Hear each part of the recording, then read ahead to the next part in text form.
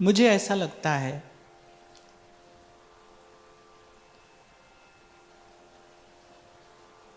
कि भक्ति मार्ग का, इस प्रेम पथ का कोई भी ऐसा पथिक न होगा जिसने किसी न किसी रूप में अपनी यात्रा में मानस का आश्रय ना लिया हो। कोई नहीं होगा।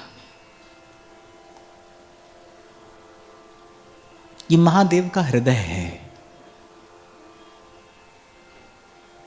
तुलसी बाबा की एक एक चौपाई मंत्र है।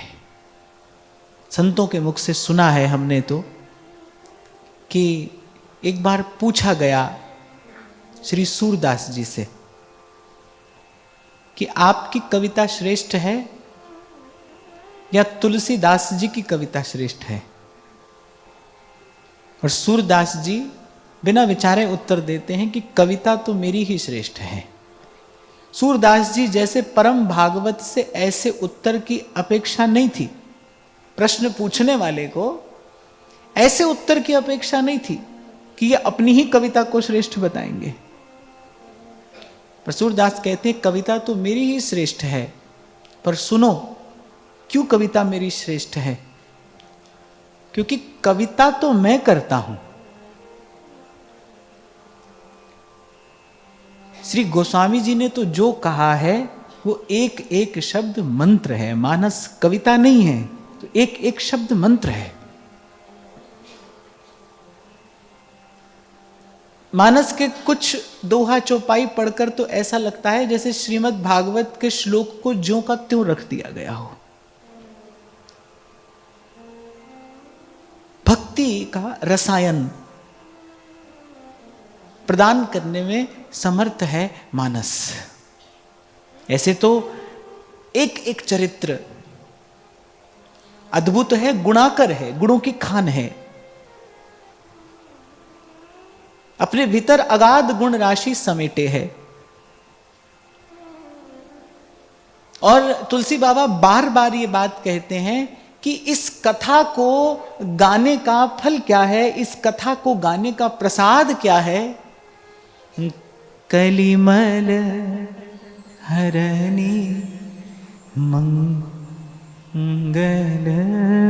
करणी तुलसी कथा रघुनाथ की। मैं विगत कई वर्षों से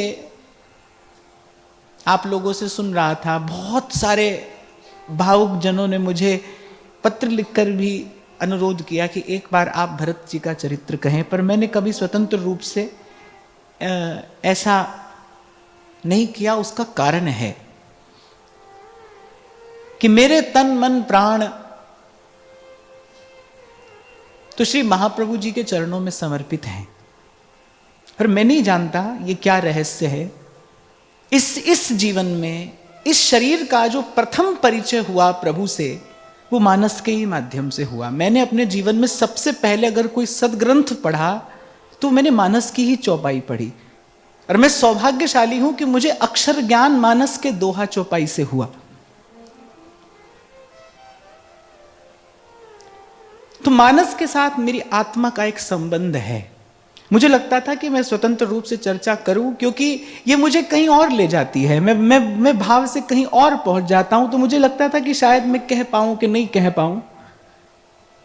पर लाडली लाल जी के सानिध्य में बैठे हैं, महाराज श्री का सानिध्य है, आप सब इतना भाव लेकर श्रवण करने के लिए आए हैं, तो मैं महाराज श्री के आशीर्वाद और आप सबके भाव से ही इस मानस के सर्वोज्वल रत्न श्री भरत जी के, मैं तो ये तो नहीं कहता कि मैं चरित्र के विषय में कुछ कहूंगा, क्योंकि स्वयं गोस्वामी जी कह रहे हैं कि भाई ये जो भी हम कह रहे हैं, निज गिरा पावन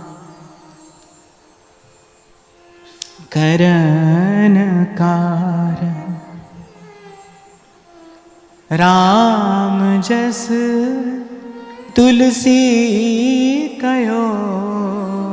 अपनी वाणी को पवित्र करने के लिए मैं ये बात कह रहा हूं। ये कहने की बात नहीं है, सब चरित्रों में भी जो भरत जी का चरित्र है, जैसे श्री नारद जी ने अपने भक्ति सूत्र में कहा ना, अनिर्वचनीय प्रेम स्वरूपम,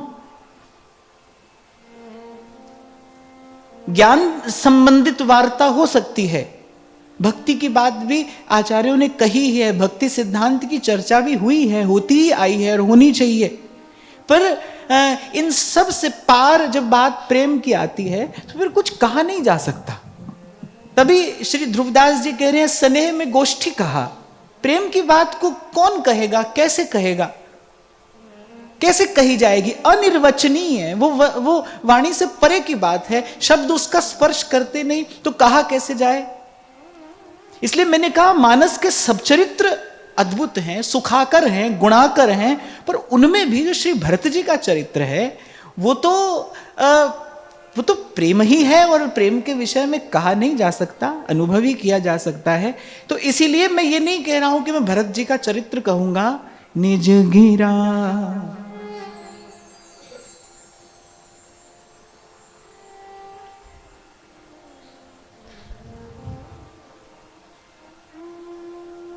पावन करन का।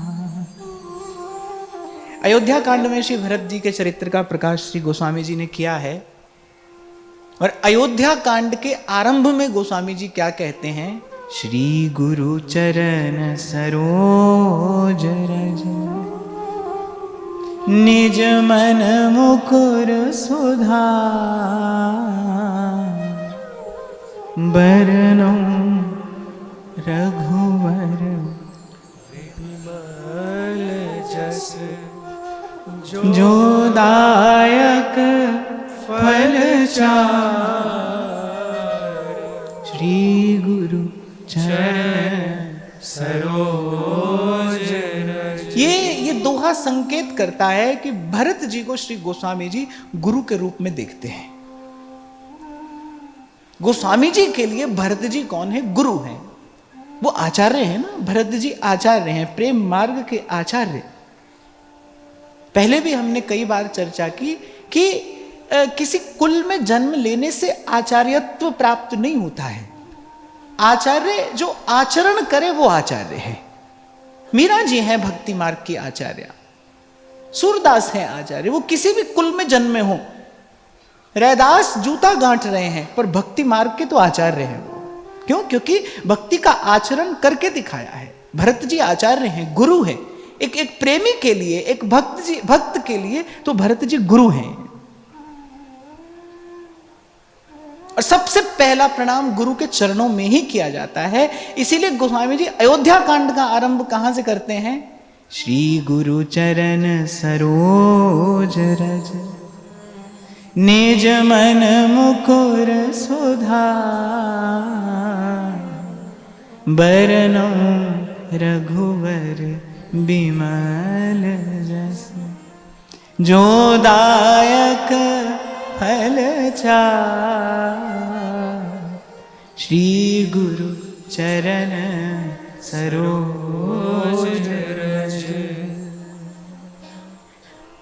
और फिर एक जगह पर ऐसा वर्णन मिलता है, विदेह राज जो परम ज्ञानी हैं, परम भक्त हैं,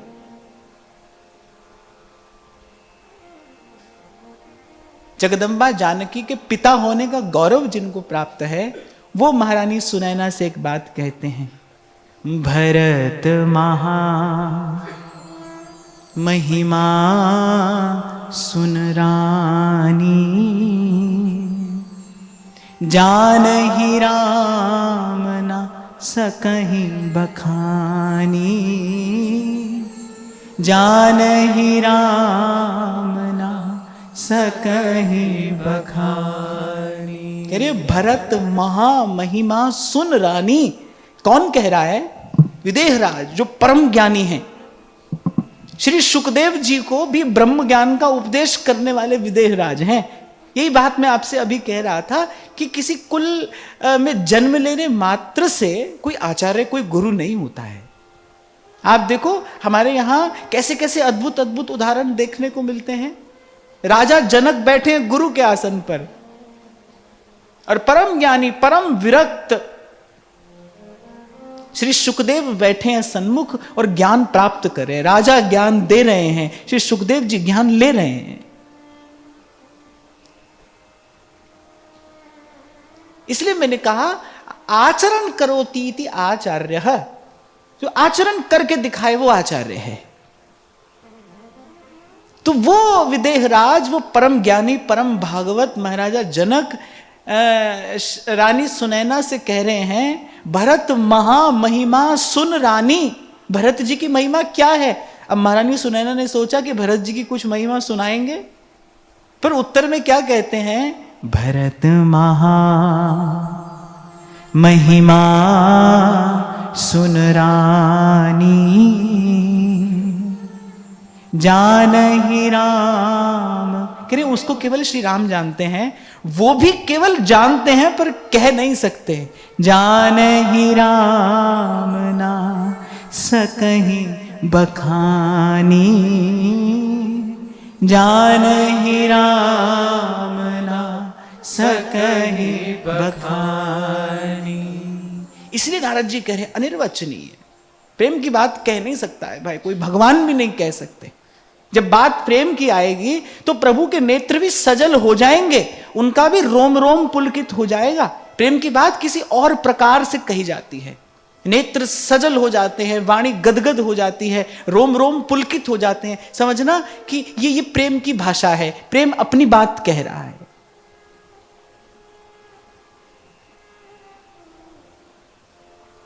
श्री चैतन्य महाप्रभु कहते हैं ना, नयनम गलदश्रुधारया वदनम गदगद रुद्धया गिरा, पुलकैर्निचितं वपुः कदा तव नाम ग्रहणे भविष्यति।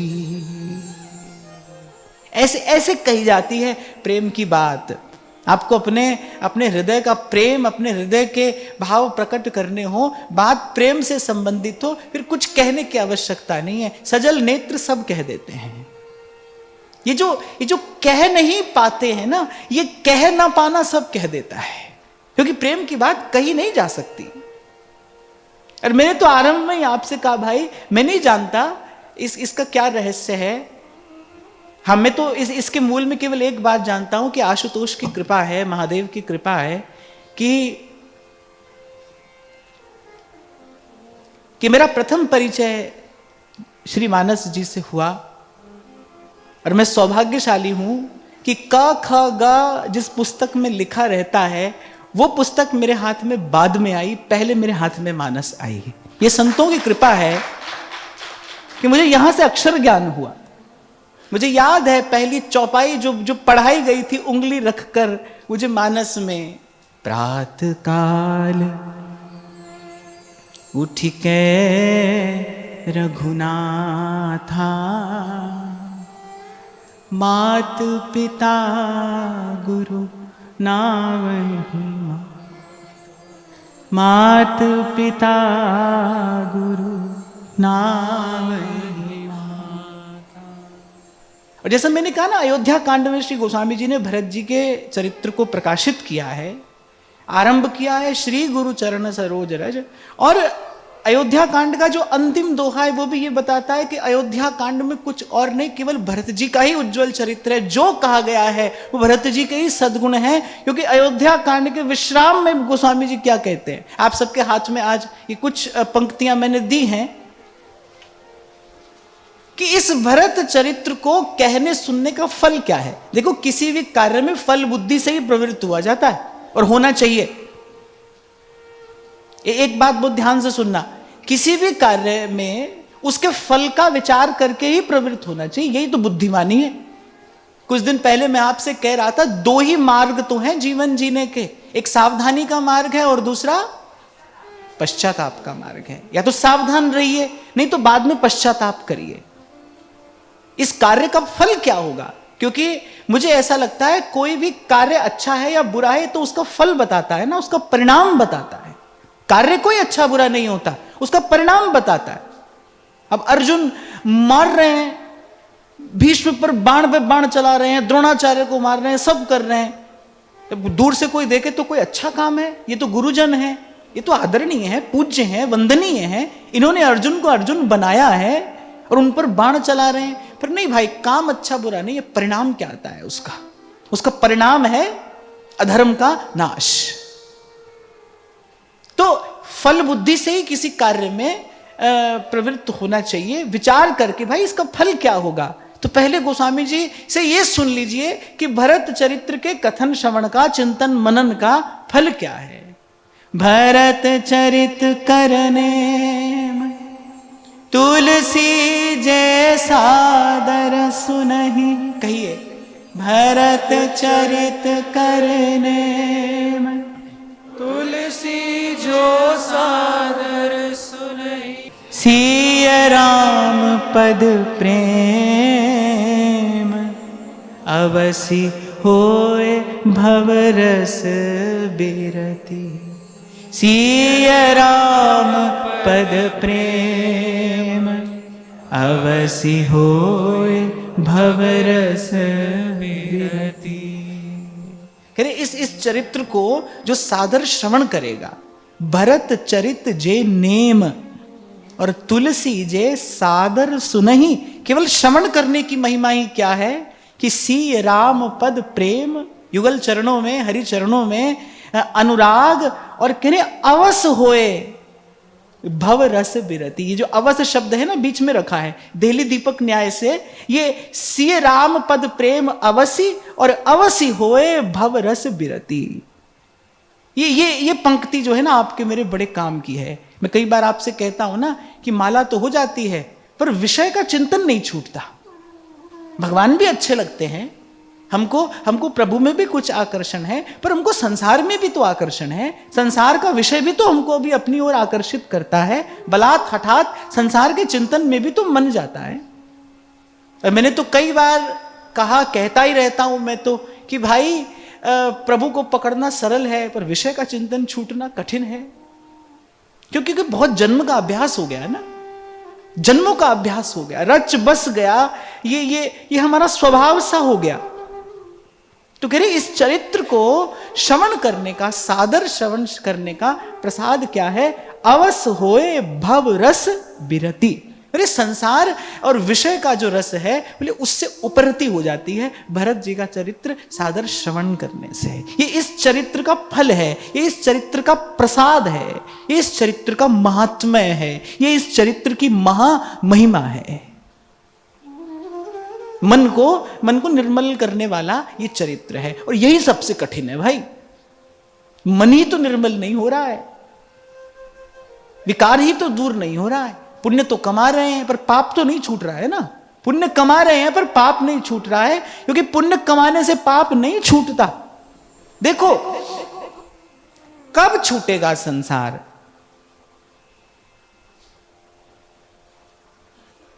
बताओ, सोचो, विचारो, कब छूटेगा? कोई बहुत भारी प्रश्न नहीं पूछा है मैंने, बड़ा ही सरल सा उत्तर है इसका। तो कब छूटेगा? कोई वस्तु कब छूटती है?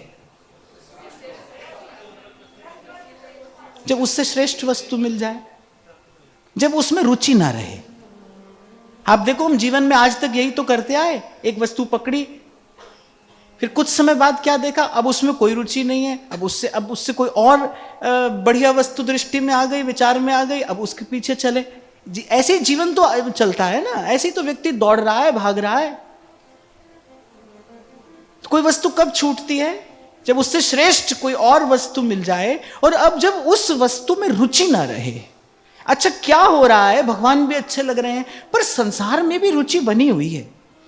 ईमानदारी की बात यही है, रुचि बनी है संसार में भी। कब छूटेगा संसार? जब इसमें रुचि ना रहे। इसीलिए कहा आवस होए भव रस बिरति। बिरति माने उपरति हो जाना, बस हो गया भाई, अब और नहीं चाहिए। और वास्तविक वैराग्य का उदय कब होता है? उपरति के पश्चात ही वास्तविक वैराग्य का उदय है, जब भीतर से उपरति हो जाए। कई दिन पहले मैंने इस विषय पर थोड़ी चर्चा की थी। मैंने कहा था जब आप ना छोड़े तो छूट जाए। जब सहज में छूट गया, आपने नहीं छोड़ा, जब छूट गया। मैंने तो अपने जीवन में यही दर्शन किया है। अपने जीवन में यही अनुभव किया। बहुत कुछ था जीवन में जो आज अनुभव होता है कि भाई अनुचित नहीं था पर अवांछित था, माने उसकी कोई आवश्यकता नहीं थी पर था। हाँ, पर सत्संग की कृपा से, भजन की कृपा से हमने नहीं छोड़ा। मैं आज ये कहूं कि मैंने किसी वस्तु का त्याग किया ना भाई, मैंने बिल्कुल नहीं किया, छूट गया, उसमें कोई रुचि नहीं रही, अब उसकी कोई आवश्यकता नहीं है। या फिर सरल से शब्दों में कहूं तो अब उस ओर मन जाता ही नहीं, अब उस ओर मन नहीं जाता। इसीलिए गोस्वामी जी कह रहे हैं धर्मते बिरति जोगते ज्ञाना ज्ञान मोक्ष प्रद वेद बखाना। बड़ा सुंदर सूत्र दिया है ये तुलसी बाबा ने, सबको सबके लिए समझने की बात है। कह रहे धर्मते बिरति, धर्म का पालन करोगे तो क्या होगा, संसार से बिरति, उपरति हो जाएगी। धर्म का पालन संसार में फंसाने वाला नहीं है। धर्म माने कर्तव्य। अच्छा देखो, धर्म की जो सबसे, इस शब्द की व्याख्याएं तो बहुत है, लेकिन जो शब्द का अर्थ है, धर्म शब्द का अर्थ क्या है? धर्म शब्द का अर्थ है कर्तव्य पालन। तो गोस्वामी जी कह रहे कर्तव्य का पालन करोगे तो क्या होगा, संसार से उपरति हो जाएगी। इसलिए मैं आपको कहता हूं भाई, विचार पूर्वक कहता हूं, बहुत विचार करके मैं यहां से कुछ कहता हूं। इसलिए कहता हूं जहां हो अपने लक्ष्य को पवित्र रखते हुए ईमानदारी से यदि आप व्यवहार करोगे तो व्यवहार आपको फंसाएगा नहीं, बल्कि धीरे धीरे आप अपने धर्म पालन के प्रताप से धीरे धीरे भीतर से आप संसार से उपरत होते चले जाओगे, छूटता चला जाएगा, सहज में छूट जाएगा। तो कह रहे इस चरित्र श्रवण का प्रसाद क्या है? सीय राम पद प्रेम अवस होए भवरस बिरती, अवस होए भवरस बिरती। अच्छा, और श्री गोस्वामी जी ने विनय पत्रिका में सब चरित्रों को भक्त कहा है, भागवत कहा है, पर भरत जी को रसिक कहा है। इसलिए भरत जी रसिक हैं। रस क्या है? प्रेम रस है, प्रेमी रस है। हमारे यहां हम कहते हैं ना, ये सब रसिकों की कृपा है। कौन है रसिक? जो केवल जो सार का सार है, जो अंतिम वस्तु है, जिससे आगे और कुछ नहीं। ध्रुवदास जी कह रहे ना सिद्धांत विचार में, याते परे न और कोई भजन न और कोई रस, ये अंतिम रस है। हित ध्रुव ये रस मधुर, सार को सार अगाधा। तो जो रस को ग्रहण करे वो रसिक है। जो भगवान की भक्ति कर रहा है वो भक्त है। योगी समाधि लगा रहा है, ज्ञानी तत्व के चिंतन में लगा है।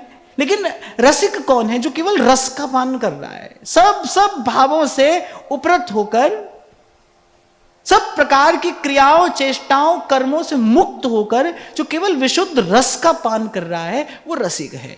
तो विनय पत्रिका में श्री गोस्वामी जी ने भरत जी को रसिक कहा है। बोले सब भक्त हैं पर ये रसिक हैं।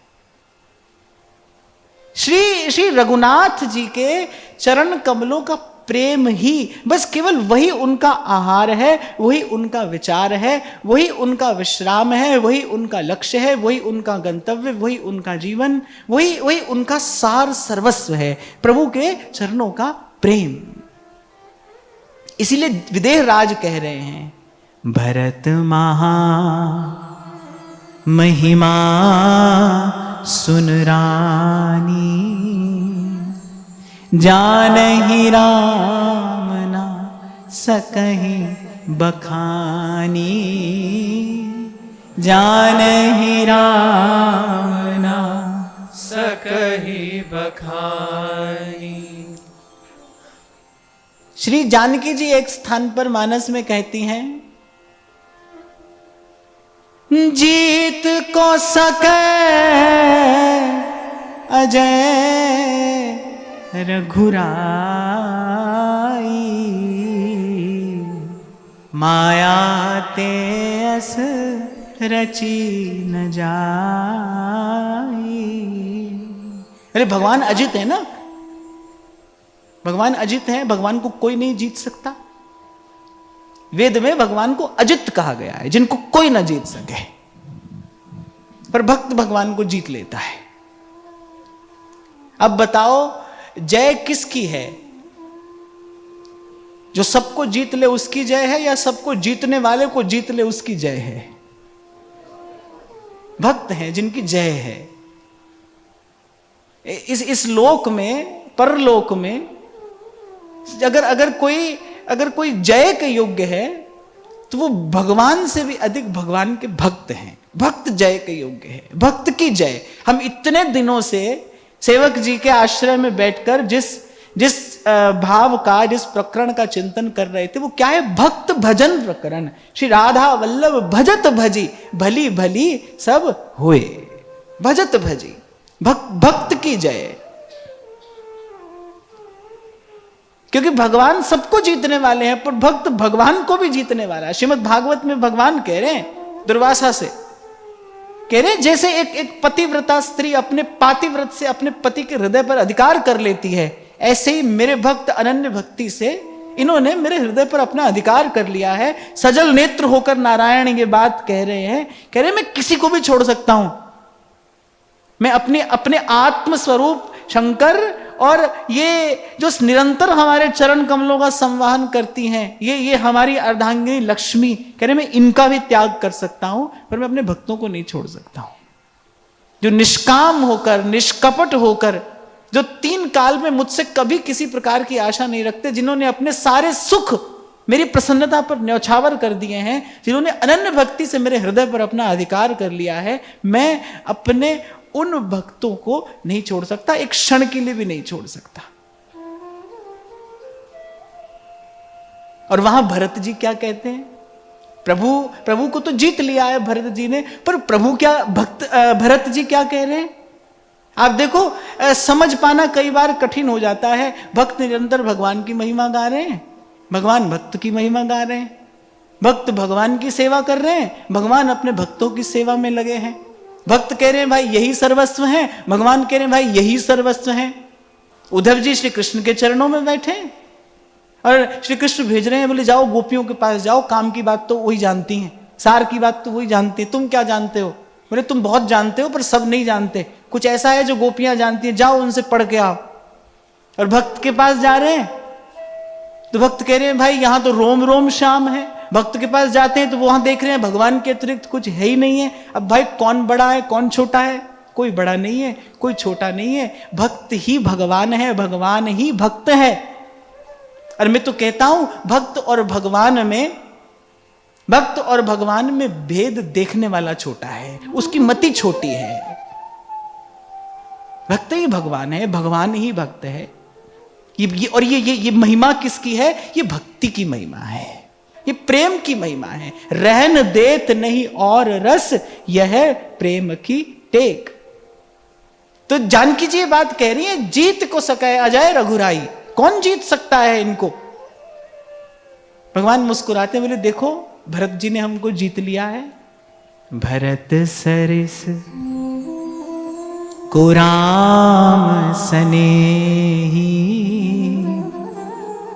जग जप राम राम जप जेही, जग जप राम राम जप जे। इसलिए जब श्री हनुमान जी को भी प्रभु को कुछ देना था, कुछ ऐसी वस्तु जो आज से पूर्व किसी को न दी गई हो, जब अपने हृदय का विशुद्ध प्रेम प्रभु को देना था, तो क्या कहा?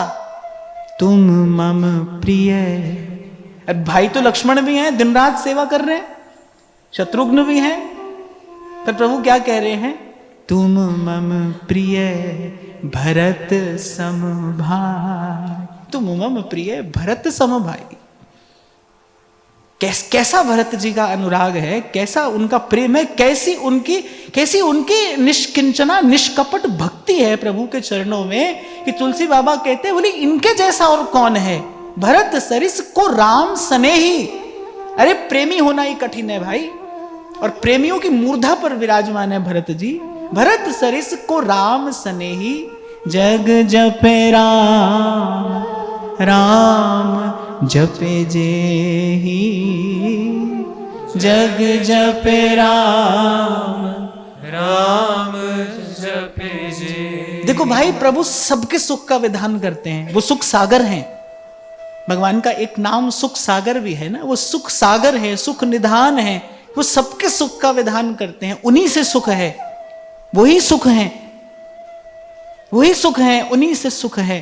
पर भक्त जो है ना, वो तो भगवान का भी सुख होता है, वो भगवान को भी सुखी करने वाला है, वो आनंद कंद को आनंद प्रदान करने वाला है। भक्त को देख देख कर भगवान को सुख होता है। इसलिए मैं तो कई बार आपसे कहता हूं भाई, हो सके तो प्रभु का सुख बनिए, आपको देखकर प्रभु को सुख हो।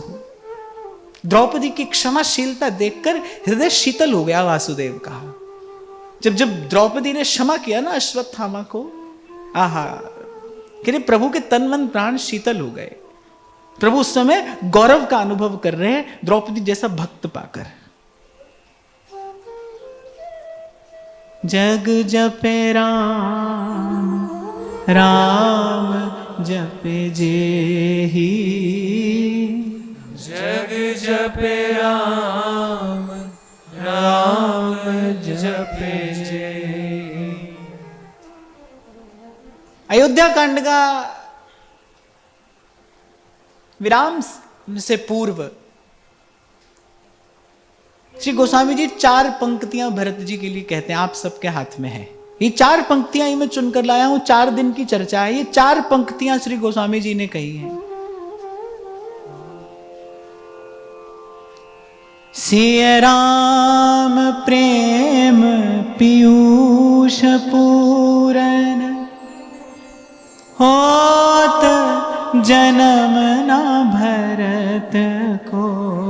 सब कहिए, सिय राम प्रेम पीयूष पूरन, होत जन्म ना भरत को। मुनि मन अगम झमनियम समदन, विषम व्रत आचरत को। मुनि मन अगम जमनियम समदम, विषम व्रत आचरत को। दुखदाह दारिद दंभ दूषण, सुजस मिस अपहरत को। दुखदाह दारिद दंभ दूषण, सुजस मिस अपहरत को। कलिकाल तुलसी से सठन, हठ राम सनमुख करत को। कलिकाल तुलसी से सठन, हठ राम सनमुख करत को। सिय राम प्रेम पीयूष पूरन, सिय राम प्रेम पीयूष पूरन, सिय राम प्रेम पीयूष पूरन। राम प्रेम पीयूष पूरन।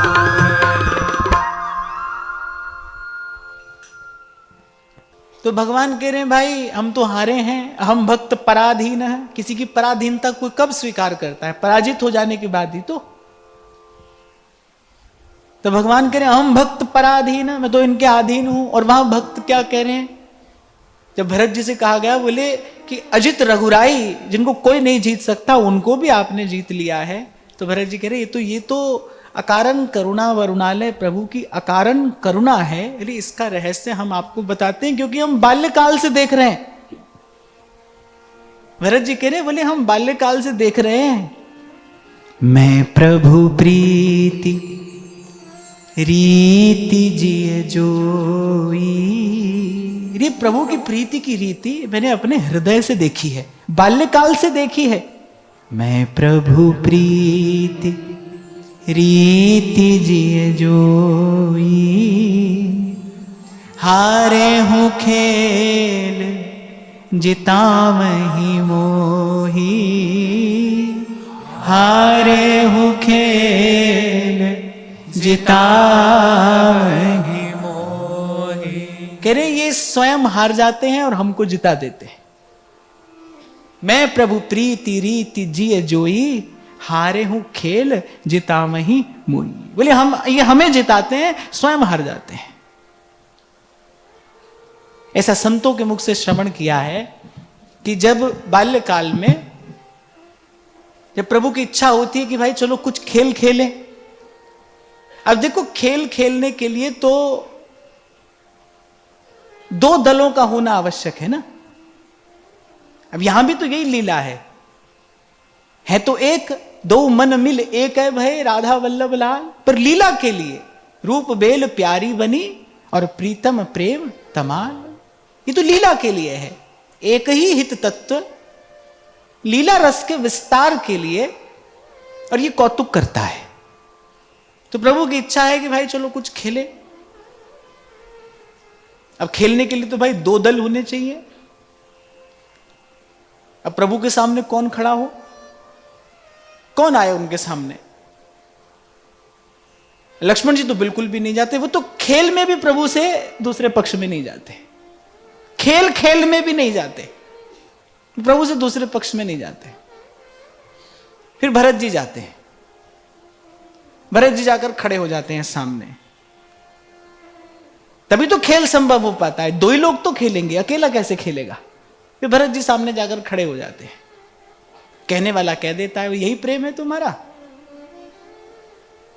बोले विपक्ष में जाकर खड़े हो गए। बोले हम ना पक्ष जानते हैं, हम ना विपक्ष जानते हैं, हम तो अपने प्रभु को प्रसन्न करना चाहते हैं। जिह विधि प्रभु प्रसन्न मन होई।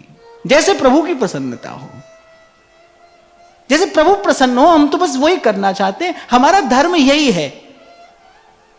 देखो एक एक अवस्था ऐसी भी आती है, एक स्थान ऐसा भी आता है जहां भक्तों ने भगवान के लिए धर्म को भी एक और कर दिया, धर्म को भी एक और कर दिया। बोले हम तो केवल इनकी प्रसन्नता चाहते हैं। जिह विधि प्रभु प्रसन्न मन हुई। तो हम पक्ष विपक्ष कुछ नहीं जानते, हम तो इनके सामने आकर खड़े हो गए हैं क्योंकि प्रभु खेलना चाहते हैं। अच्छा, और प्रभु की जैसी इच्छा हो ना वैसा ही कर लेना चाहिए। जय विजय से भी यही कहा था भगवान ने। भगवान ने कहा आज हमारी थोड़ी मल्ल युद्ध करने की इच्छा हो रही है।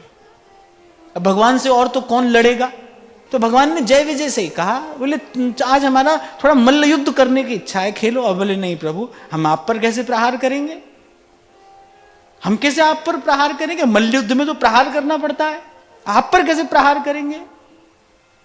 अब भगवान ने कहा रे हमारी इच्छा है, हम किसके पास जाएं? नहीं, बोले ऐसा हम नहीं कर सकते। भगवान ने कहा तुम करोगे, एक बार नहीं बार बार करोगे। अब वो भगवान के मन का मनोरथ पूरा किया। पहले हिरण्याक्ष और हिरण्यकश्यपु बनकर पूरा किया, फिर रावण कुंभकर्ण बनकर पूरा किया, फिर शिशुपाल दंतवक्त्र बनकर पूरा किया। प्रभु के मन की इच्छा थी भाई हमसे झगड़ो। अब ये कहें प्यार करो तो प्यार कर लो, ये कहें झगड़ो तो झगड़ लो। ये प्रसन्न रहने चाहिए। करा तो ये लेंगे, ये तो कर तुम अकर तुम अन्यथा कर तुम है ना। इनको जो कराना है ये वो करा लेंगे। इसलिए भक्तों ने तो कहा कि जिह विधि प्रभु प्रसन्न मन होई, करुणा सागर कीजिए सोई। सोई करिए प्रभु जिसमें आपका मन प्रसन्न हो। तो भरत जी ने कहा भाई पक्ष विपक्ष हम नहीं जानते, हम तो प्रभु की प्रसन्नता चाहते हैं। और फिर भरत जी एक और बात भी कहते हैं, जहां भरत जी के हृदय का विशुद्ध अनुराग प्रकट होता है।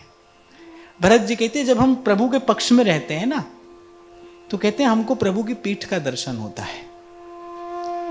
और जब हम सामने चले जाते हैं तो निरंतर निरंतर बोले प्रभु के मुख चंद्र की उस माधुरी का हम निरंतर पान करते हैं। हम आगे रहें, हम पीछे रहें, हम दाएं रहें, हम बाएं रहें, पर जहां रहें वहां इनका दर्शन होता रहे। यत्र यत्र मम जन्म कर्म वीर नारकेथ परमे पदे थवा। महाप्रभु कह रहे हैं बोले चाहे नरक में जाएं या परम पद पे हम रहें, राधिका रति निकुंज मंडली तत्र तत्र हृदय में विराजता। जहां जहां इनका दर्शन होता रहे। जब महादेव की बारात जा रही थी ना, तो महादेव जी पहले तो बैठे किस पर है? नंदी पर बैठे हैं। अच्छा, ऐसी विचित्र बारात तो ना भूतो ना भविष्यति, ना उससे पहले कभी हुई ना फिर कभी होगी। ऐसी विचित्र बारात। कहते ऐसे ऐसे गण थे महादेव की बारात में जिनको सिर ही नहीं है। अब जब वहां पंगत हो रही है तो परोसने वाला सोच रहा है भाई कैसे परोसूं, ये खाएगा कहां से? ऐसी विचित्र बारात महादेव की। तो पहले तो बैठे हैं नंदी पर, और फिर बैठे भी कैसे हैं? उल्टे। पहले तो नंदी पर बैठे हैं, फिर उल्टे बैठे हैं। अब सोचो, एक बार कल्पना करो इस बात की। नंदी चल रहा है, महादेव उल्टे बैठे हैं। अब किसी ने कहा बोले कम से कम सीधे तो बैठ जाओ। महादेव ने कहा अरे सीधे ही तो बैठे। उल्टा सीधा क्या होता है? जैसे उस दिन मुझसे किसी ने कहा बोले आप बात तो बड़ी ऊंची कर रहे हैं कि आपकी स्थिति ऊंची है। मैंने कहा ऊंचा नीचा क्या होता है? ऊंचे नीचे की परिभाषा तो सबकी अलग अलग है। उल्टा सीधा क्या होता है? महादेव कह रहे हैं भाई हम सीधे ही बैठे हैं। अरे सीधे कैसे बैठे हैं? बोले देखो नारायण पीछे पीछे चल रहे हैं। बोले ऐसा कौन सा संसार बसाने जाऊं जिसमें नारायण को ही पीठ देनी पड़े? बोले प्रभु को पीठ देकर मैं संसार बसाने जाऊं? नारायण पीछे पीछे चल रहे हैं, तो नारायण का दर्शन करते करते जाएंगे। भाई हमारा यही सीधा है, हम कोई उल्टा सीधा नहीं जानते, हमारा यही सीधा है। किशोरी जी पश्चिम की ओर मुख करके सूर्य भगवान को अर्घ दे रही है। ललिता जी कह रही है अरे बड़ी भोली हो आप, आपको यह भी नहीं पता है सूर्य उदय कौन सी दिशा से होता है। सजल नेत्र होकर श्री जी कह रहे हैं अरे किसी का सूर्य कहीं से उदय होता, हमारा तो यहीं से उदय होता है। पश्चिम में नंद बाबा का घर है, नंद भवन पश्चिम में है ना, यानी हमारा सूर्य यहीं से उदय होता है।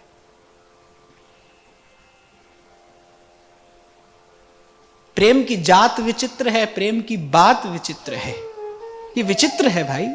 इसीलिए भगवत रसिक, रसिक की बातें रसिक बिना कोई समझ सके ना। इसीलिए महाप्रभु जी ने कहा न जानीत लोकम न च निगम जातम कुल परंपराम वानो जानत्य अह न सताम चापि चरितम रसम राधायाम आभजति किल भावम व्रजमणौ रहस्ये तद्यस्य स्थितिरपि न साधारण गति।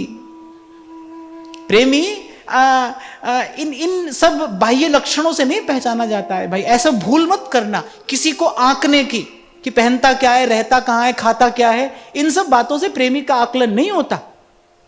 और श्री प्रियादास जी ने तो भक्तमाल की टीका में लिखा है, बोले भगवान के मन की बात जानना सरल है, प्रभु की गति किसी प्रकार प्रभु की कृपा से जानी जा सकती है, पर भगवान के भक्तों की गति जानना असंभव है।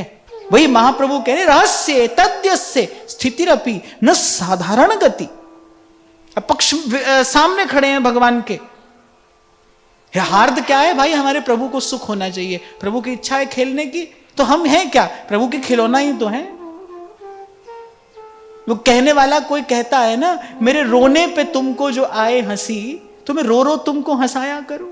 आप प्रसन्न रहें प्रभु, जिस विधि आपकी प्रसन्नता हो वही हमारा धर्म, वही हमारा कर्म, वही हमारा जीवन, वही हमारा लक्ष्य ध्येय, जो करके आप प्रसन्न हो। और फिर भरत जी कह रहे हैं कि इनके पक्ष में हो जाने से ना प्रभु की पीठ का दर्शन होता है, दाएं बाएं हो जाने से वो श्रीमुख का दर्शन वैसा नहीं होता जैसा सामने खड़े होने पर होता है। हम तो दर्शन का सुख लेते हैं। और फिर इनका स्वभाव है ये जब जब खेले। बात भरत जी यहां पर ये कह रहे हैं, मैं प्रभु प्रीति रीति जिय जोई, हारे हूं खेल जितावही मोही। क्यों खेल रहे हैं खेल? भगवान की खेल खेलने की इच्छा नहीं है भाई, भगवान की अपने भक्त को जिताने की इच्छा है। प्रभु जो करते हैं वो तो पूर्ण काम आत्मा राम अपने निजानंद में मग्न, अपने स्वरूप में सदा स्थित हैं। वो जो कर रहे हैं अपने भक्तों का यश उजागर करने के लिए कर रहे हैं। कैसे माता दिन रात प्रार्थना करती है बालक के लिए, पिता दिन रात परिश्रम करता है बालक के लिए, बालक यशस्वी हो, बालक तेजस्वी हो, बालक संसार में सफल हो, बालक संसार में शीर्ष पर पहुंचे, इसकी उन्नति हो, इसके लिए माता पिता दिन रात प्रार्थना भी करते हैं, परिश्रम भी करते हैं, सब तो करते हैं। ऐसे ही अपने भक्त के यश को प्रकट करने के लिए, उजागर करने के लिए प्रभु सब लीला करते हैं, सब कौतुक करते हैं। खेलते ही इसलिए हैं कि अपने भक्तों की जय करा सके। इसलिए भाई भक्त होकर ही तो भगवान को जाना जाता है। भक्त होकर, भक्ति भक्ति कहकर नहीं, भक्त होकर। तो ऐसा परमाद्भुत ये चरित्र है। और इन 4 पंक्तियों में सबसे पहली बात तुलसी बाबा कह रहे हैं, सिय राम प्रेम पीयूष पूरन होत जन्म ना भरत को। देखो भरत चरित्र में हम थोड़ा और आगे बढ़ें, मुझे उससे पहले एक बात कहनी है कि ऐसे तो जो हुआ वो भगवत इच्छा से हुआ। माता कैकेयी के पास जाकर प्रभु ने कहा कि यदि कल मेरा राज्याभिषेक हो जाता है तो देवताओं का कार्य सिद्ध नहीं हो पाएगा, तो आपको मेरी सहायता करनी है। कैसी सहायता? तुम्हारे लिए तो मेरे कोटि कोटि प्राण न्यौछावर हैं। पर प्रभु कह रहे हैं कि प्राण देने से अधिक कठिन कार्य आपको करना है। किसी के लिए प्राण देने से भी कठिन है किसी के लिए अपने यश और अपनी कीर्ति का त्याग कर देना। प्राण देने से भी कठिन है ये, और केवल अल्प से काल के लिए नहीं, युग युगांतर तक आपको अपनी कीर्ति का त्याग करना पड़ेगा। और माता सहज प्रसन्न है। मानस के एक एक पात्र के हृदय में क्या है? जिहि विधि प्रभु प्रसन्न मन होई, करुणा सागर कीजिए सोई, करुणा सागर कीजिए सोई।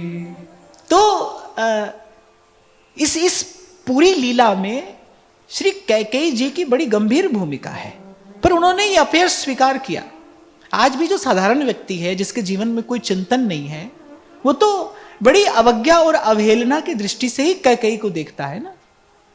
इसलिए मैंने कहा युग युगांतर तक अपनी कीर्ति का त्याग कर दिया। प्राण देने से कठिन है किसी पर अपनी कीर्ति न्यौछावर कर देना। और ऐसी ही घटना घटी हमारे श्री महाप्रभु जी के जीवन में।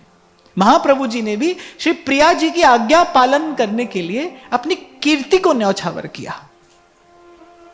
आप और मैं नहीं जानते भाई उस समय क्या घटना घटी होगी, उस समय श्री महाप्रभु जी के लिए क्या क्या कहा गया होगा।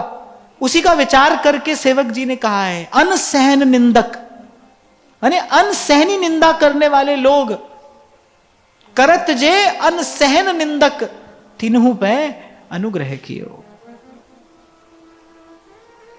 इसीलिए कहा है भाई, सबते सेवक धर्म कठोरा। ये सेवक का धर्म सबसे कठोर है। तो प्रभु की इच्छा से ये सब हुआ।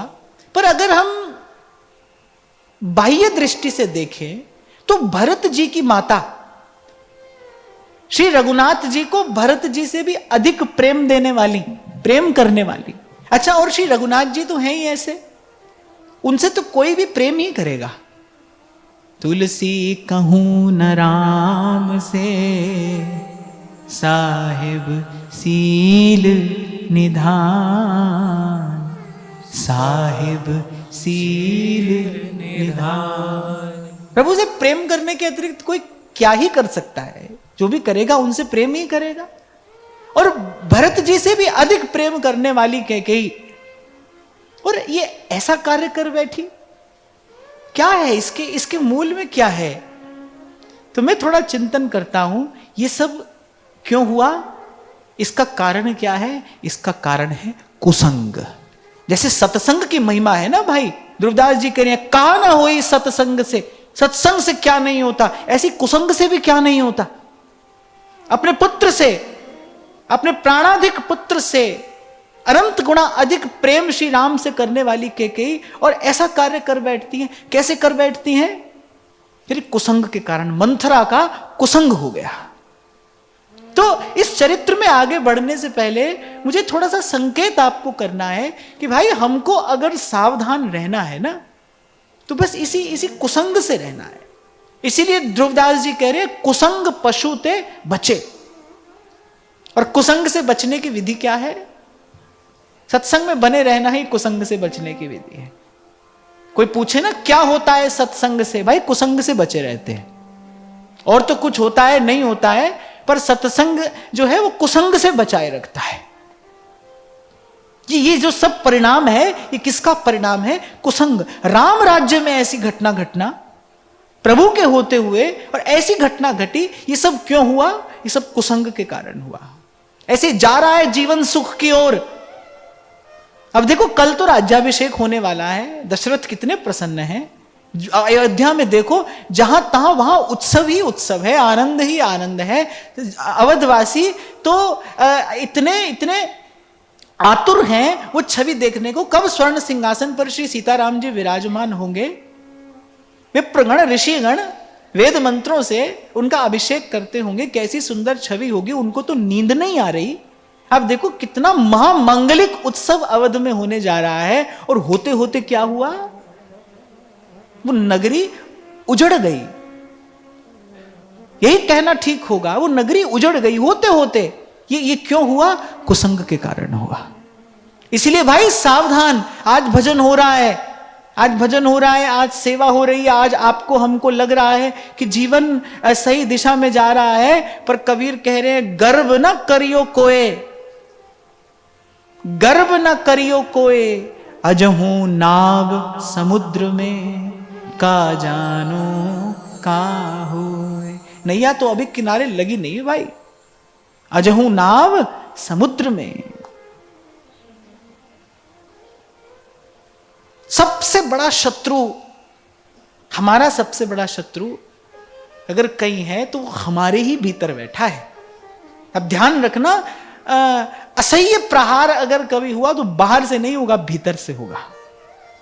उस शत्रु से सावधान रहने की आवश्यकता है। और मुझे लगता है कि अपने भीतर जो शत्रु बैठा है, वो चाहे वो काम रूपी हो, क्रोध रूपी हो, अहंकार रूपी हो, भीतर जो शत्रु बैठा है, इस भीतर बैठे शत्रु से बचाने वाला तो केवल सत्संग है, केवल सत्पुरुषों का संग है।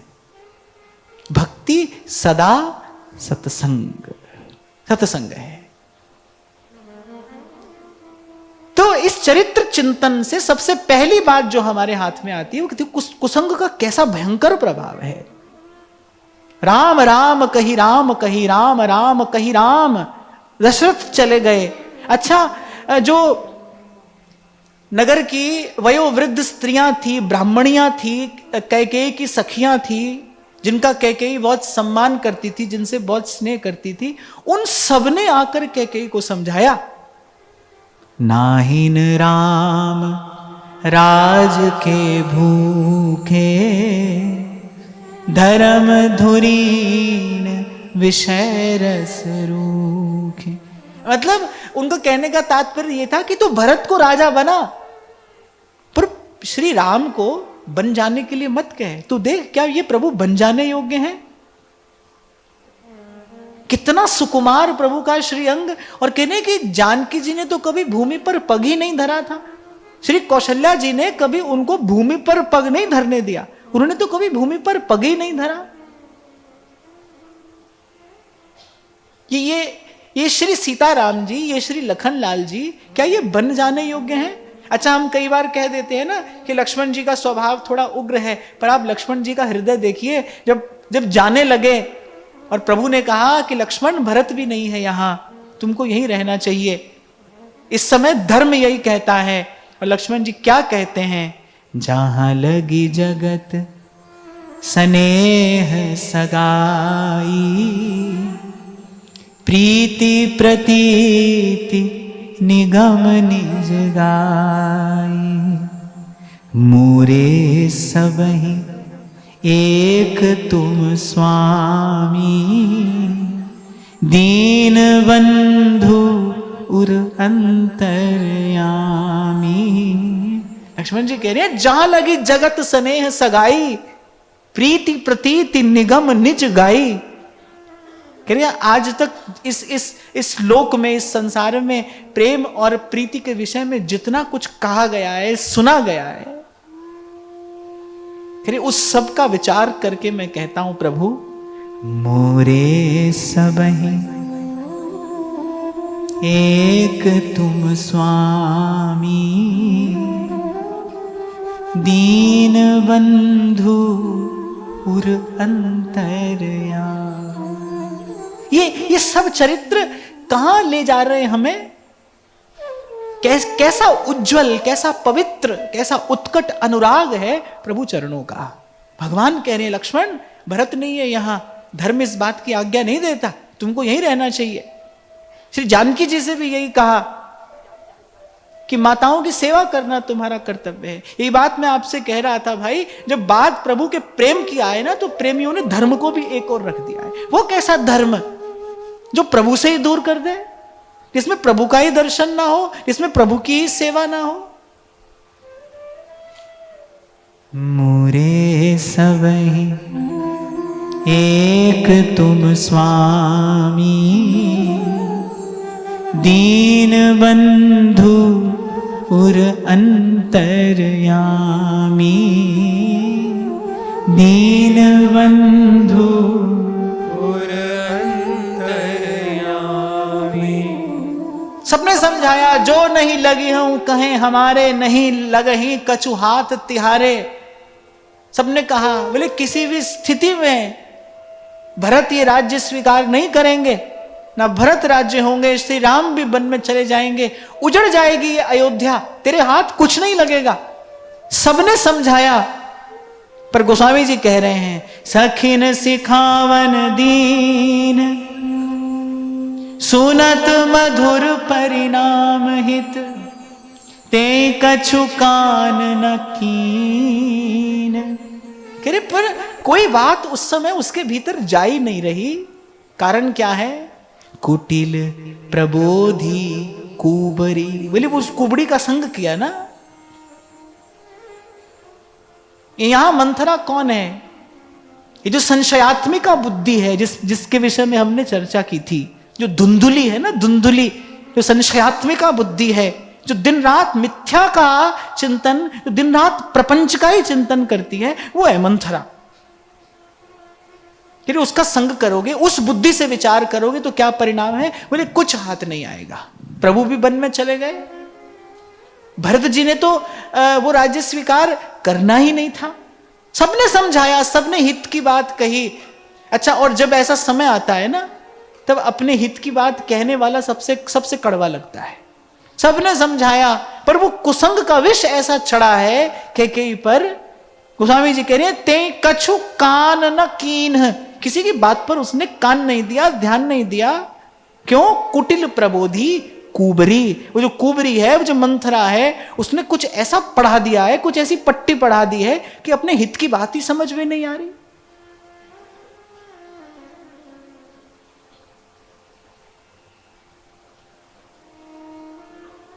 इसलिए आपसे बार बार ये निवेदन किया जाता है कि भाई सत्संग में बने रहना है। बने रहना है माने बने ही रहना है।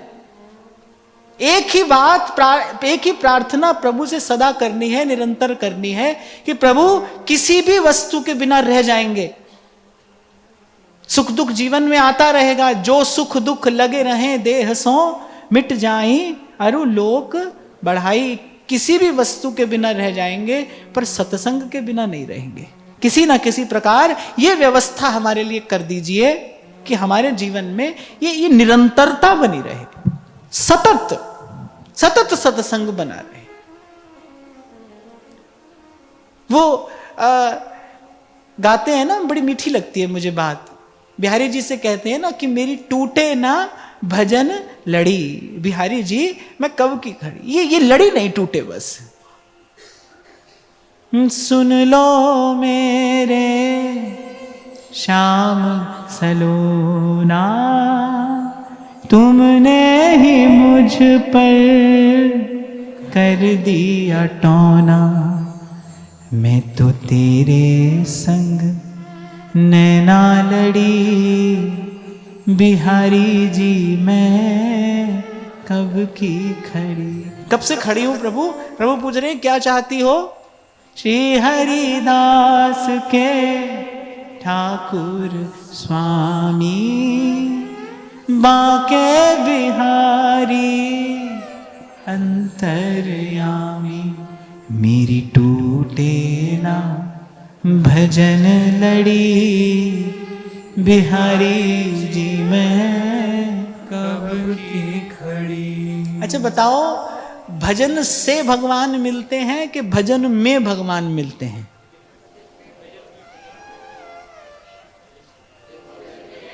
भजन से नहीं, भजन में भगवान मिलते हैं। इसीलिए सब महापुरुषों ने यही कहा, अब प्रभु कृपा करो इहि भांति, सब तजी भजन करूं दिन राती। सब तजी भजन करूं दिन राती। क्योंकि भजन से नहीं, भजन में भगवान मिलते हैं। ऐसे मुझसे पूछ लिया था किसी ने, बोले आप कहते हो कि भजन से तो भगवान मिलेंगे नहीं, फिर क्यों भजन है? हाँ भाई, भजन से नहीं मिलेंगे पर भजन में मिलेंगे। भजन निरंतर मिलाए रखता है प्रभु से। भजन जो है वो निरंतर मिलाए रखता है प्रभु से। ऐसे बाहर तो कभी दर्शन हुआ तो थोड़ी देर को होगा, प्रभु आएंगे और चले जाएंगे, पर भजन में तो निरंतर मिलन है। इसीलिए यहां संतों को कहा जाता है, बोले भजनानंदी संत है, उनको भजन में ही आनंद है। सब तज भजन करूं दिन राती। और वही घटना घटी। भरत जी तो ननिहाल थे, प्रभु का वन गमन हुआ, और जब भरत जी लौटे तो एक ऐसी पंक्ति मानस में मिलती है, भरते हूं बिसरे पितु मरन, सुनत राम बन गए। सबसे पहले भरत जी ने यह सुना कि पिता स्वर्गलोक से धार गए, दुखी हुए। पर कहते हैं जब भरत जी ने प्रभु का बन जाना सुना तो गोस्वामी जी कह रहे हैं, भरते हूं बिसरे पितु मरन। बोले वो पिता का जाना तो भूल गए भरत जी। भरते हूं बिसरे पितु मरन, सुनत राम बन गौन। हे तू अपन पौ जान जिए, थकित रहे धरी मौन। और प्रभु के वनगमन में मैं हेतु बना हूं। फिर जड़ हो गए भरत जी, कोई प्रतिक्रिया नहीं, क्या कहूं। ऐसी स्थिति हो गई, ना कह पा रहे ना कुछ विचार कर पा रहे। फिर थकित रहे धरी मौन, कि पहले तो प्रभु को बन जाना पड़ा। मेरे राम, मेरे प्राणधन, मेरे जीवन सर्वस्व, मेरे सर्वस्व श्री रघुनाथ जी बन चले गए, और फिर उसमें भी हेतु मैं बना। आप देखो, पहले तो ये पंक्ति कि भरते हूं बिसरे हूं पितु मरन, बोले पिता की मृत्यु का दुख भूल गए भरत जी जब प्रभु का बन जाना सुना। और फिर दूसरी बात, अपनी माता को क्या क्या नहीं कहा, पापिनी कहकर संबोधित करते हैं भरत जी अपनी माता को। ये धर्म तो नहीं है, ये तो संस्कार नहीं है।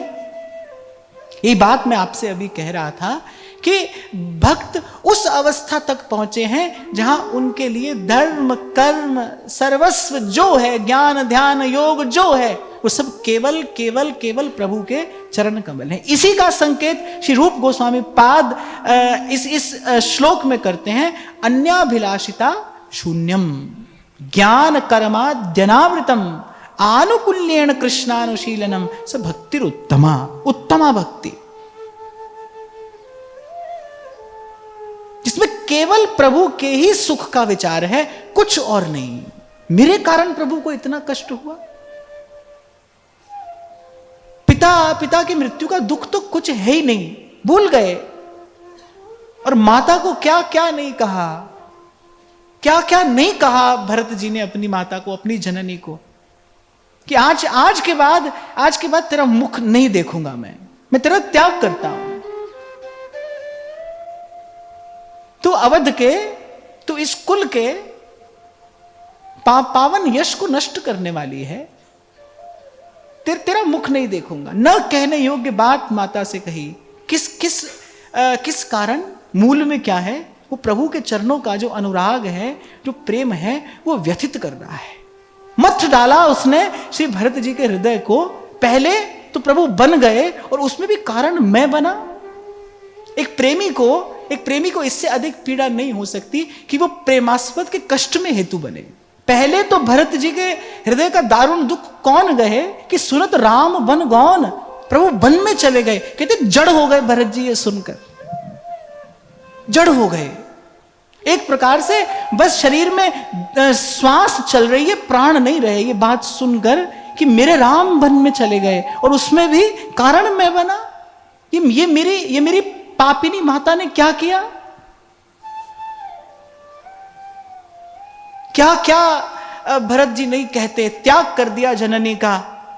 लेकिन उस समय उनके हृदय की व्यथा वेदना कौन कहे, कौन समझे। कहां जाते हैं? श्री कौशल्या जी के पास। और बड़ा सुंदर वर्णन श्री गोस्वामी जी कर रहे हैं। सबसे पहले जाकर लिपट गए श्री कौशल्या जी के चरणों से। जानते नहीं थे ना कि माता की प्रतिक्रिया कैसी होगी, पर वो कौन है? वो तो राम की मां है, वो तो श्री राम की जननी है। प्रभु ऐसे ही तो किसी की कोख में नहीं खेले होंगे।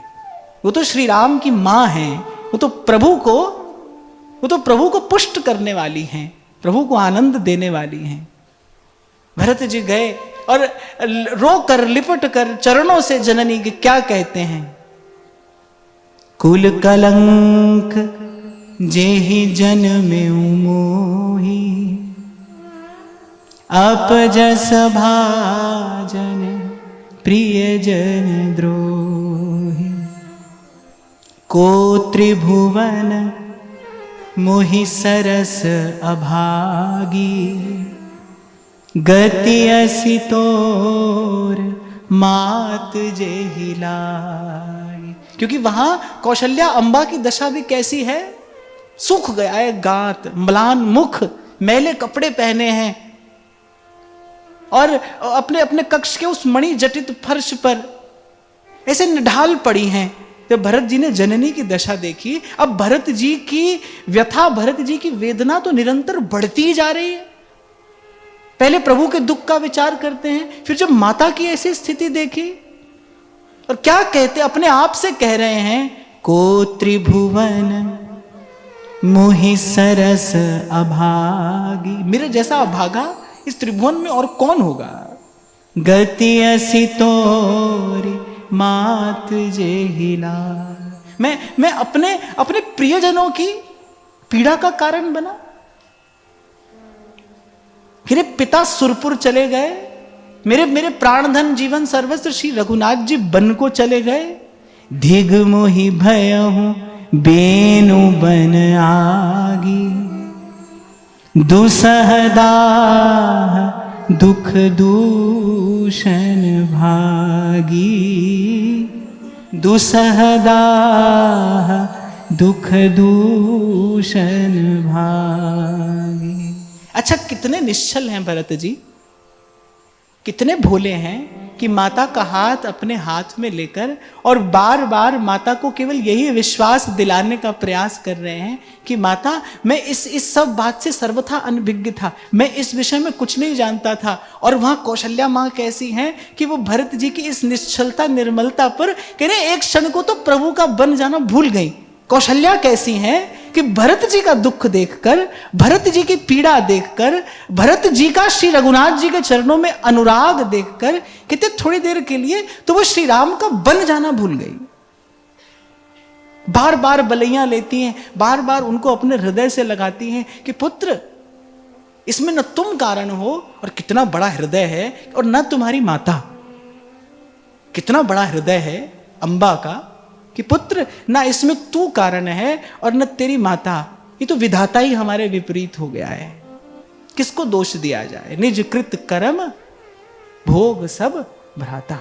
ये चरित्र जो है ना, चलते चलते आपसे मुझसे बहुत कुछ कह रहे हैं। क्या हुआ है इस माता के साथ, कैसी घटना घटी है।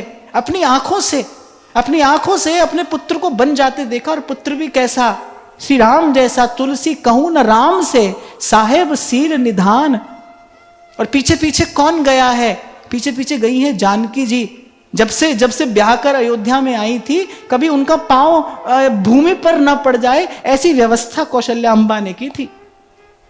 वो जानकी जी नंगे पांव वलकल वस्त्र पहनकर बन बन डोलेंगी, उस बिहड़ बाट में कैसे चलेंगी, और पीछे पीछे सेवा के मूर्तिमान स्वरूप, जहां लगी जगत स्नेह सगाई, प्रीति प्रतीति निगम निज गाई, मोरे सबई एक तुम स्वामी, दीन बंधु उर अंतरयामी। वो लखन लाल जी पीछे पीछे गए। अरे ये सारा अवध अब किसका मुख देखकर जिएगा। अवध वासियों के जीवन धन है राम, प्रभु का मुख देख देख कर अवधवासी जीते। ये बात मैं आपको भी सुना रहा था ना, किसी ने ऐसे ही हंसी हंसी में कह दिया भरत जी से, ऐसा ही प्रेम है आपका। प्रभु के सामने जाकर खड़े हो गए उनसे खेलने के लिए। प्रभु के पक्ष में रहते, आप तो विपक्ष में जाकर खड़े हो गए। और भरत जी कह रहे प्रभु का दर्शन हमारा जीवन है। सामने खड़े रहने से प्रभु का दर्शन बहुत सुंदर होता है। और कहते रो रो कर गा रहे हैं भरत जी फिर से, हारे हूं खेल जितावहि मोही। हे प्रभु, मैं तो बचपन से देख रहा हूं, आप हर खेल में मुझे जिताते थे स्वयं हार कर। आपको कौन हरा सकता है, आपको कौन हरा सकता है। जैसे भीष्म के पास इच्छा मृत्यु है ना, माने उनको कौन मार सकता है, उनकी इच्छा। ऐसे प्रभु तो अजित है ना, कौन जीत सकता है उनको। जब प्रभु हारना चाहे तभी कोई जीत सकता है।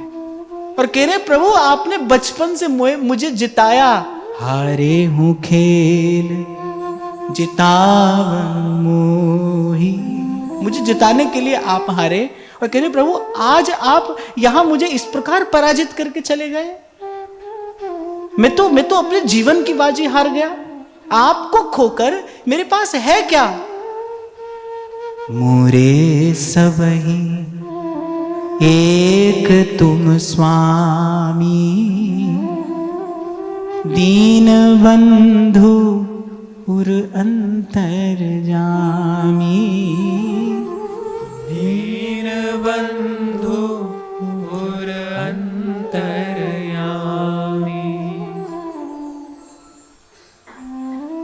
मैं तो कई बार जब ऐसे ही थोड़ा चिंतन करता हूं, श्री मानस जी का चिंतन करता हूं, तो मैं तो कहता हूं एक एक चरित्र जो है वो कितनी गहनता, कितनी उच्चता, कितनी उज्जवलता, कितनी पवित्रता अपने आप में समेटे हैं। मुझे लगता है जीवन सुंदर यदि बनाना हो, और संतों के मुख से तो हम सुनते ही हैं, बार बार सुनते हैं। श्रीमद् भागवत में भी ऐसा देखा जाता है कि नवम स्कंध में पहले प्रभु श्री राम का प्राकट्य होता है, फिर दशम स्कंध में भगवान की लीला का आरंभ होता है। संत लोग इसका रहस्य बताते हैं कि जब जीवन में शील, पवित्रता और मर्यादा आती है तब प्रेम का अवतरण होता है। जब जीवन में शील आता है, आचरण की पवित्रता आती है, उज्ज्वलता आती है, तब प्रेम अवतरित होता है। अच्छा, होता क्या है, हम स्वयं से ही प्रेम करते करते हमको लगता है कि प्रभु से प्रेम कर रहे हैं। कर तो स्वयं से ही रहे हैं, स्वयं से ही प्रेम कर रहे हैं। भाई बात कड़वी है पर सच्ची है। सब सुख का विधान प्रभु कर रहे हैं तो प्रभु प्यारे लग रहे हैं। कह तो देते हैं कि किसी भी परिस्थिति में हो प्रभु से प्रेम, प्रभु परिस्थिति आई नहीं ना, प्रभु आने ही नहीं देते। आए तो खबर पड़े। गा तो दिया हमने, जो सुख दुख लगे रहे देह सो, पर थोड़ा सा भी दुख सहा नहीं जाता। अच्छा, प्रभु भी जानते हैं कि कहता है पर सह नहीं सकता, इसीलिए ऐसी अवस्था प्रभु आने नहीं देते। प्रभु का एक स्वभाव और है, मैं आपको बताऊं। प्रभु कभी अपने भक्त को संकोच में नहीं डालते। वो तो अंतर्यामी है ना, जानता है इसकी गति कहां तक है, इसकी पहुंच कहां तक है, इसकी सामर्थ्य कितनी है। प्रभु तो जानते ही, अंतर्यामी जानी है अंतर्गत का भाव। प्रभु कभी अपने जन को संकोच में नहीं डालते। हम बार बार प्रभु को संकोच में डालते हैं, पर प्रभु कभी अपने जन को संकोच में नहीं डालते। याद रखना है, प्रभु का स्वभाव है। मैं कहां तक कहूंगा, कितना कहूंगा, क्या ही कहूंगा मैं प्रभु के स्वभाव के विषय में, क्योंकि ये तो अनुभव रूपम, ये तो उनके निकट जाकर अनुभव किया जाता है कि कैसा स्वभाव है प्रभु का, पर ऐसा ही स्वभाव है प्रभु का। तभी मेरे तुलसी बाबा कहते हैं, उमा राम स्वभाव जिन जाना। स्वभाव नहीं कहा है, स्वभाव। उमा राम स्वभाव जिन जाना, ताहि भजन तजी भाव न आना। इसलिए मैंने कहा भाई, प्रभु से प्रेम करने के अतिरिक्त और किया ही क्या जा सकता है। भरत जी को सबसे बड़ी पीड़ा ही तो यही है कि प्रभु के कष्ट में मैं हेतु बना। मेरे कारण ऋषि रघुनाथ जी को कष्ट हुआ, मेरे कारण प्रभु इतना कष्ट पा रहे हैं, मैं कारण बना। और हम वहां तक तो नहीं जा सकते, पर ऐसे बहुत बहुत छोटी सी अनुभूति की जा सकती है कि मेरे कारण प्रभु को कष्ट हो। ये अपने आप में कितनी बड़ी त्रास है। ये अपने आप में दारुण अग्नि में जलने के समान है, यदि ये बात हो कि मेरे कारण प्रभु को कष्ट हुआ। नाहर मल जी 7 दिन भूखे प्यासे पड़े रहे। ये दुख तो था ही कि महाप्रभु जी रुष्ट हो गए, लेकिन मेरी किसी चेष्टा से महाप्रभु जी को कष्ट हुआ, ये बात नाहरमल जी को पीड़ित कर रही थी। अन्न जल का त्याग कर दिया कि ये जीवन धारण करने योग्य नहीं रहा। अब इस जीवन में मैं अपने स्वामी के, अपने प्रभु के कष्ट का कारण बनाऊं, मेरे कारण श्री महाप्रभु जी को कष्ट हुआ है। प्रेमी ये बात कैसे स्वीकार कर सकता है? तो एक कसौटी देते हैं भरत जी, कितना श्रम हम प्रभु से कराते हैं। आपको पता है, आपको खबर है कितना परिश्रम आप प्रभु से कराते हो। छोटी छोटी प्रार्थनाएं लेकर जब हम पहुंच जाते हैं, वो तो सुनते हैं, कहीं भी सुनते हैं, न कहीं भी सुनते हैं। इसीलिए महर्षि भरद्वाज ने बहुत विचार कर कहा कि प्रभु रहने योग्य जो आपके स्थान है ना, जैसे मुझे याद है जब कभी हम जाते थे ना सत्संग के लिए यहाँ वहाँ, तो उससे पहले जाते थे शंभू जी, भाई ये देखने के लिए कि आप रहेंगे कहाँ, वो स्थान आपके रहने के लिए अनुकूल है, ठीक है, सब व्यवस्था अच्छी है। तो पहले सब जाते थे व्यवस्था देखने के लिए। हालांकि जो भी व्यक्ति व्यवस्था करता है अपनी ओर से अच्छी व्यवस्था ही करता है, पर फिर भी ये जाते थे भाई देखें कि सब ठीक है ना, कोई कष्ट तो नहीं होगा। तो ऐसे श्री भरद्वाज जी कह रहे प्रभु से कि जो आपके रहने योग्य स्थान है ना, वो तो कौन सा है? जाही न चाही कबहू कछु, तुम संग सहज सने। जो आपसे कुछ चाहता नहीं है ना प्रभु, उसी के पास रहना। आपके रहने योग्य स्थान तो वही है जो आपसे कभी कुछ चाहता नहीं है,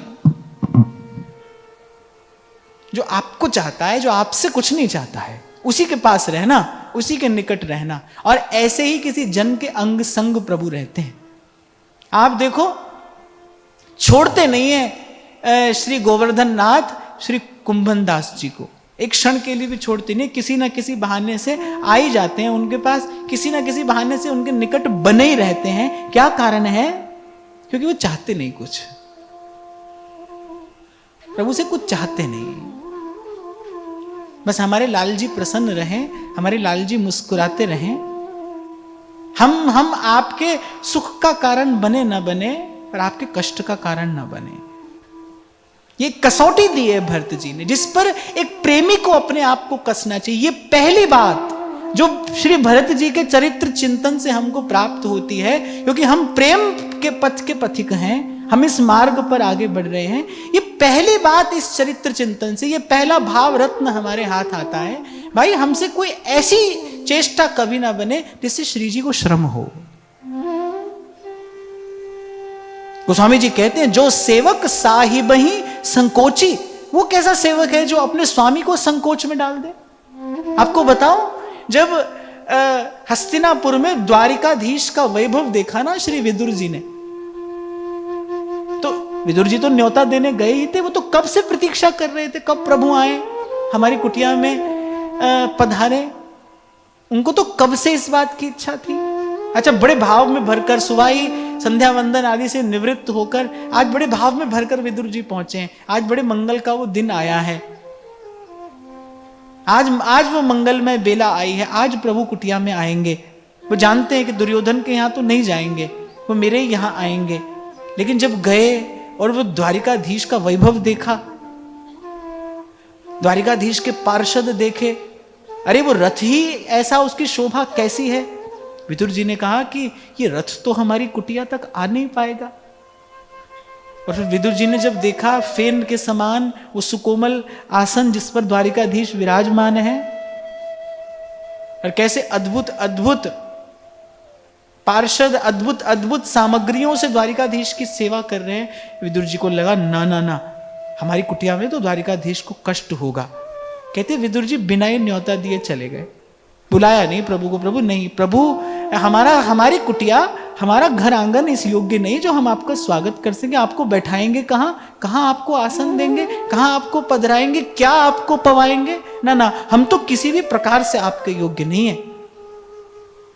हमें ऐसी सामर्थ्य नहीं जो हम आपका स्वागत कर सकें, आपकी कुछ सेवा कर सकें। आपको तो कष्ट होगा, हमारी कुटिया तक आपका ये रथ नहीं आएगा, आपको उस वन की बाट में पैदल चल के आना पड़ेगा, आपके सुकोमल चरण कमल श्रमित हो जाएंगे। विदुर जी ने अपने मन ही मन में सब कल्पना कर ली, प्रभु से कहा नहीं कि प्रभु घर पर आइए। और फिर अगर विदुर जी ने इतना संकोच किया, तो फिर तुलसी कहूं न राम से,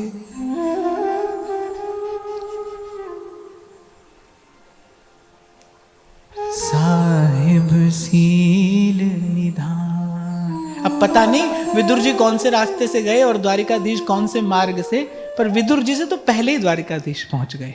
विदुर जी तो बाद में घर पहुंचे ना, द्वारिकाधीश पहले ही पहुंच गए। यहां देखने की बात क्या है, कितना संकोच है सेवक के हृदय में।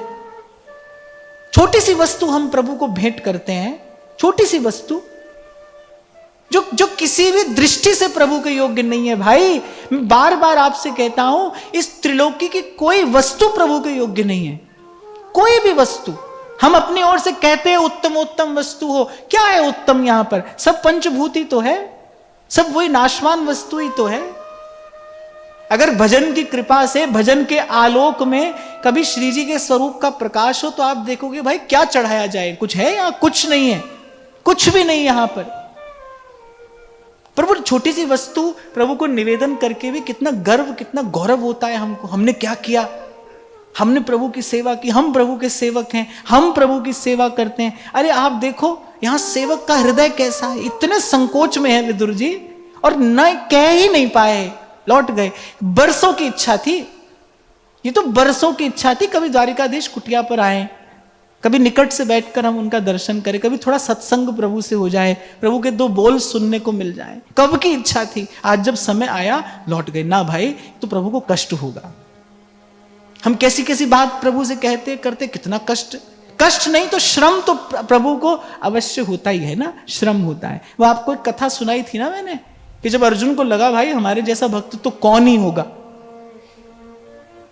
हमारे लिए इतना ही कष्ट सहते हैं ये, हमारी भक्ति की शक्ति देखो, हमारी भक्ति का बल देखो, कितना ही कष्ट हमारे लिए सहते हैं। अच्छा ठाकुर जी तो मुस्कुरा देते हैं। एक और छोटी सी बात आपको इनके विषय में कहूं, ये जब ऐसा कुछ देखते हैं ना तो केवल मुस्कुरा देते हैं,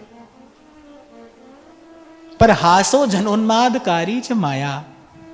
लेकिन वो जो माया है ना, जो तत्पर है सदा इनकी सेवा में, ये जो प्रकृति है वो अपना कार्य करती है, तत्काल करती है। प्रभु तो मुस्कुरा दिए, तो प्रकृति ने कहा भाई ना, इसका ये भ्रम दूर किया जाना चाहिए।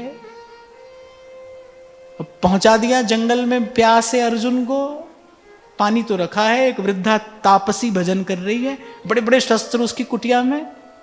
अर्जुन ने कहा माता तूने जल पिलाकर मेरी प्राण रक्षा की है, मैं कुछ करना चाहता हूं तेरे लिए, क्या करूं? और माता ये तेरी कुटिया में इतने बड़े बड़े शस्त्र, तू तो तपस्विनी है, यहां वन में रहकर तू तू तू तपस्या कर रही है, साधन कर रही है, शस्त्रों से तेरा क्या कार्य? किससे भय है तुझे? शस्त्र उसी के पास होते हैं ना जिसको किसी से भय हो, जिसका कोई शत्रु हो। और ऐसे बड़े बड़े शस्त्र, कौन है तेरा शत्रु मुझे बता, मैं शपथ लेता हूं मैं तुझे तेरे शत्रुओं के भय से मुक्त कर दूंगा। तूने मेरी प्राण रक्षा की है, मेरा कर्तव्य है तेरे लिए। उसने कहा अच्छा तू करेगा बेटा? हाँ मैं करूंगा। तो वो जो कुंती का पुत्र है ना अर्जुन, वो मेरा शत्रु है, और वो जो पांचाली है वो मेरी शत्रु है। कांप गए अर्जुन, संकल्प कर चुके थे, वचन दे चुके थे कि मैं तेरे शत्रु को नष्ट करूंगा। क्यों? उन्होंने क्या बिगाड़ा है तुम्हारा? अरे मेरे प्राण धन को कितना श्रम दिया, कितना परिश्रम कराया। जिन हाथों में भक्त लोग कमल का पुष्प नहीं थमाते, कमल की जो पुष्प की जो डांड होती है ना, उस पर छोटे छोटे कांटे होते हैं।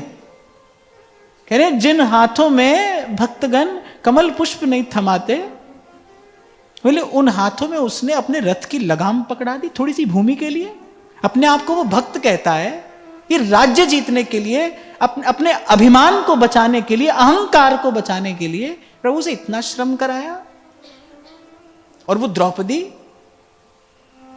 अरे कुछ हो जाता तो हो जाता, कैसे पुकारा कि नंगे पांव द्वारिकाधीश को दौड़कर आना पड़ा। वो भी अपने आप को भक्त समझती है। क्या इन सब कार्यों के लिए प्रभु को इतना श्रम दिया जाता है, प्रभु से ऐसा परिश्रम कराया जाता है? अर्जुन को चेत हुआ, और जैसे चेत हुआ, उसका शत्रु कौन था? उसका शत्रु अर्जुन नहीं, उसका शत्रु तो अर्जुन का अभिमान था। वो तो भगवान की लीला थी ना, भक्त पर उपकार करने के लिए प्रभु ने लीला रची थी, वो तो लीला शक्ति थी।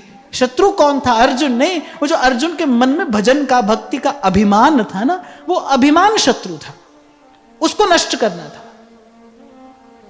अर्जुन को समझ में आया कि भाई इनके भक्त होते कैसे हैं, कैसे हैं इनके भक्त। तो भरत जी के हृदय की व्यथा को कौन कहे भाई कि मैं प्रभु के कष्ट में कारण बना। हम कह नहीं सकते, हम किसी भी प्रकार से योग्य नहीं है, पर फिर भी भरत जी की कृपा से किंचित ऐसा विचार होता है भाई, क्या उस हृदय की वेदना रही हो, कैसा प्रेम, और उस प्रेम में ऐसी परिस्थिति का आ जाना।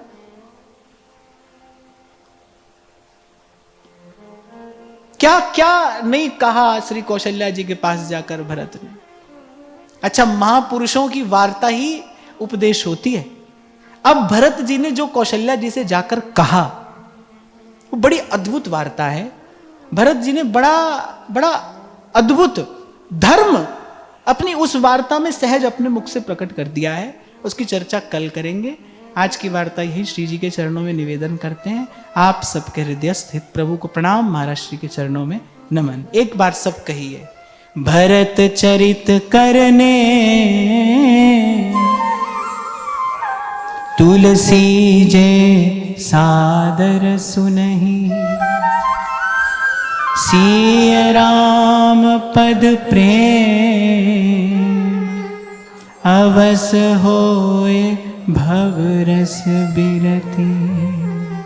सिय राम पद प्रेम अवस होए भव रस